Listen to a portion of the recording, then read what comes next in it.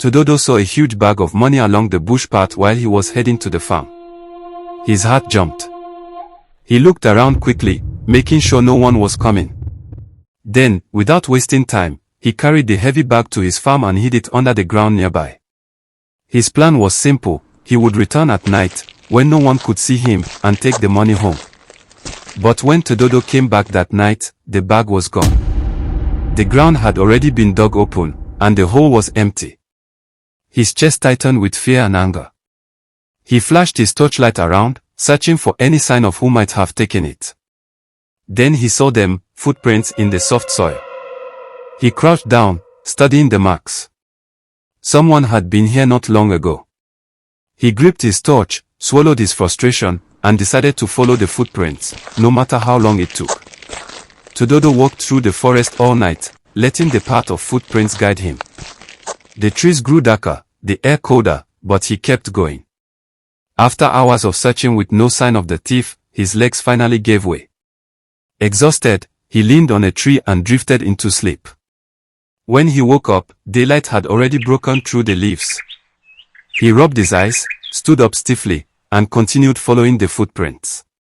They led him farther into the forest, deeper than he had ever gone.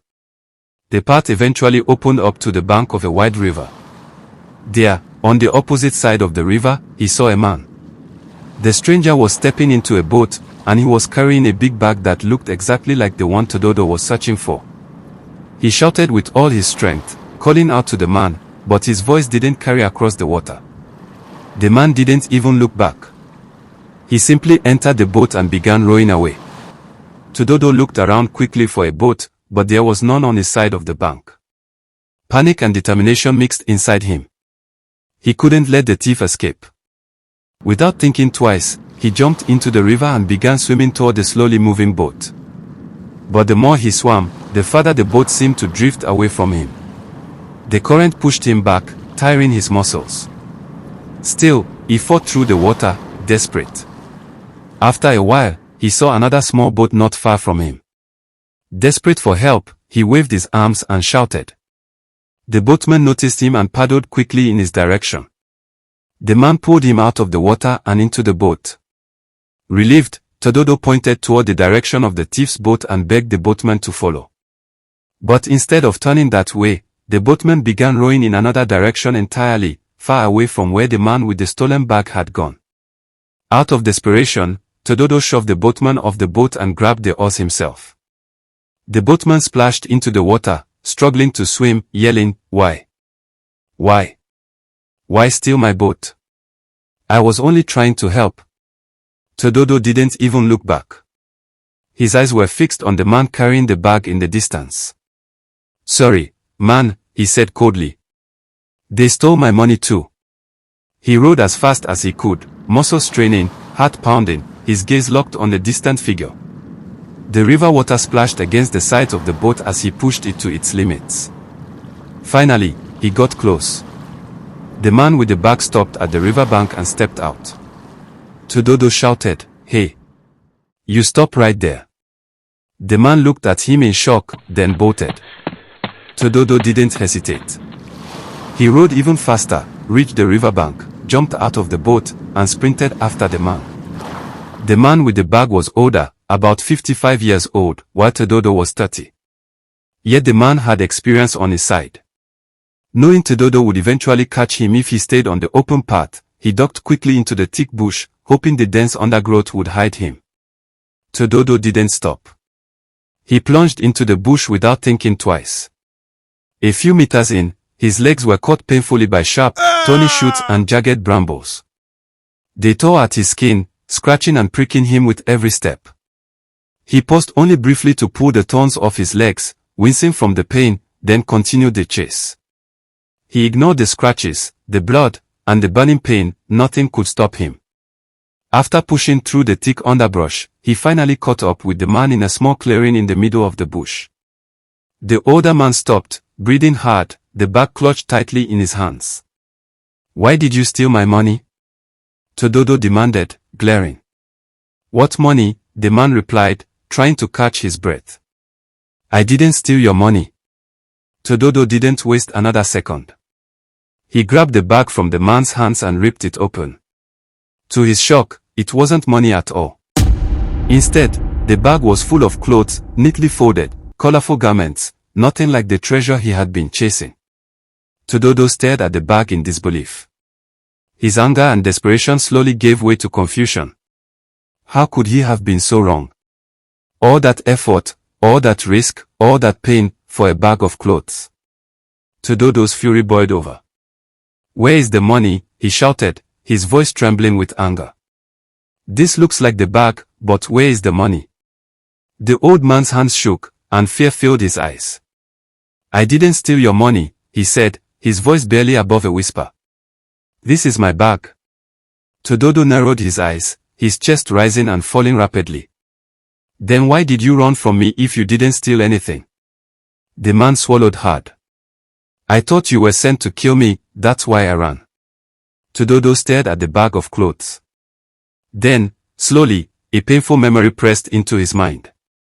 That morning, when he first arrived at the river, he had seen two sets of footprints, one deep and dragging, heavy with weight, the other light and quick. But in his anger, he had ignored the lighter tracks, assuming both sets belonged to the same man.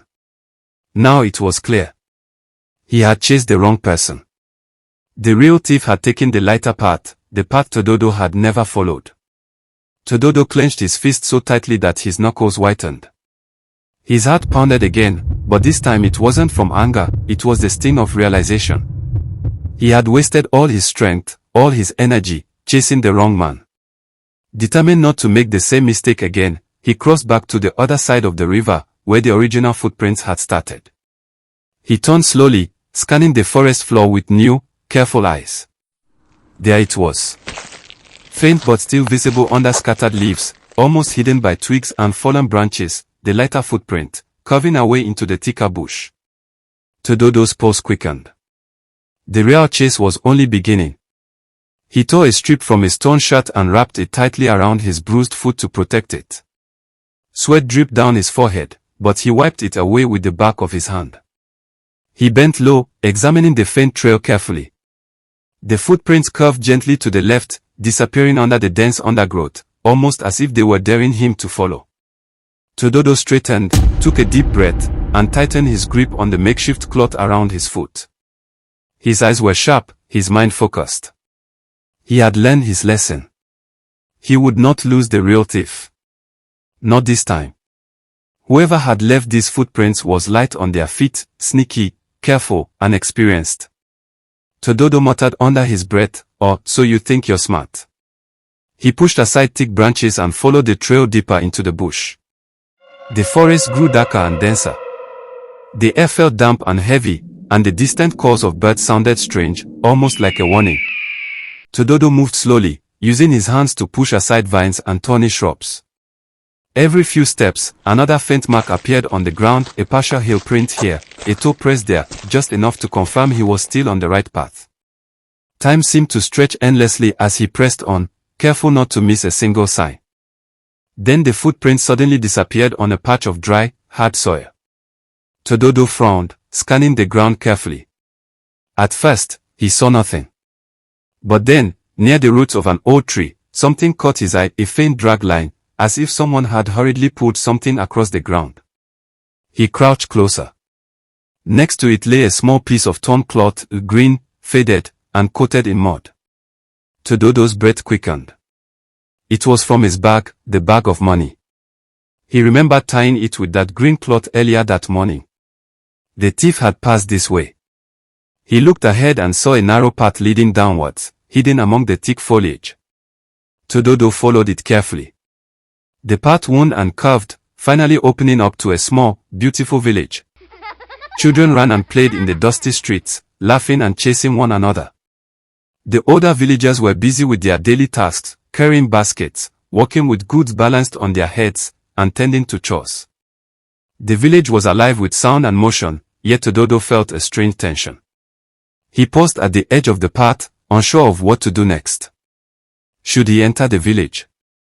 Or should he stay hidden and continue following the trail of the thief? Every instinct in his body screamed to keep moving, but he also knew he had to be careful. Tododo's eyes scanned the village, taking in every detail, every corner, every movement, determined not to lose the thief again. The trail was here somewhere, but he didn't yet know how deep into the village it would lead. Tododo stared in confusion. At a distance, he saw two men, each carrying a bag that looked exactly like his bag of money. Fatigue weighed heavily on him, and he realized he didn't have the energy to run. Instead, he walked cautiously toward them. But before he could get close, the two men changed directions. One turned left, the other turned right, walking very quickly. Tododo paused for a moment, thinking carefully. He decided to follow the man on the right. It took some time, but he managed to catch up, even with the man's fast pace. Tododo stopped him. "So, you are the thief," he said firmly. The man looked at him in anger. "What are you talking about?" he snapped. Tododo didn't waste time. "Open the bag," he demanded. At first, the man hesitated, glaring at Tododo suspiciously. But finally, he unzipped the bag.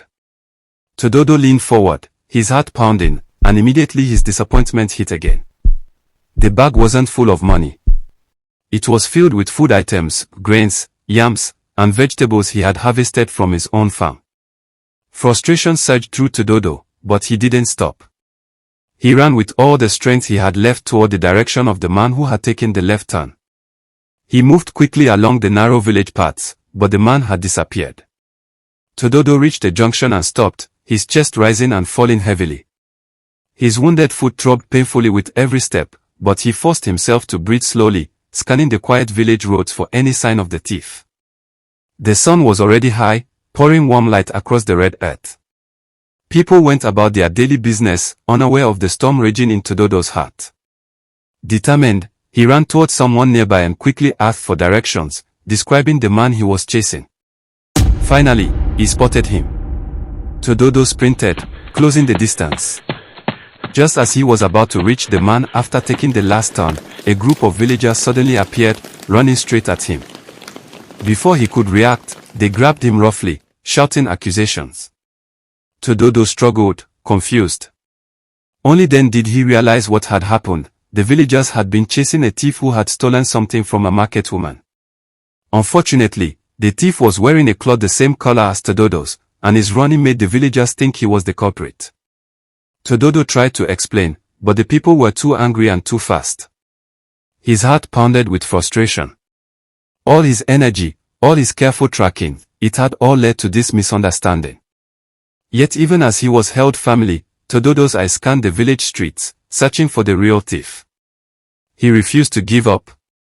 They had suffered too much at the hands of the real thief, and now Tododo was going to pay for something he knew nothing about. They prepared the firewood, piling it high. Tododo's heart pounded in fear as they forced him onto the stack. Around him, the villagers shouted, their voices echoing angrily through the village. Then, amidst the chaos, Tododo's eyes caught sight of a figure. The man with the bag was standing in the crowd. Tododo focused on him, his face clear, calm, almost radiant amidst the frenzy. The man's lips moved, and though the noise of the crowd was deafening, Tododo heard the words as if spoken directly into his ear. "The money belongs to me. Why did you hide it under the ground? Money that isn't yours." The man had been traveling with money he collected from many of his customers to buy gold for them. He was a trader. On that path, a wild animal had suddenly appeared, forcing him to run for his life. He couldn't carry the money while escaping, so he left it behind. A few minutes later, after escaping the danger, he returned for the money. From a distance, he saw Tododo carrying the bag into his farm and burying it in the ground. The man had a choice. He could confront Tododo immediately, but he could see the desperation and fear in Tododo's eyes. He knew that if he tried to claim the money right then, Tododo might resist violently.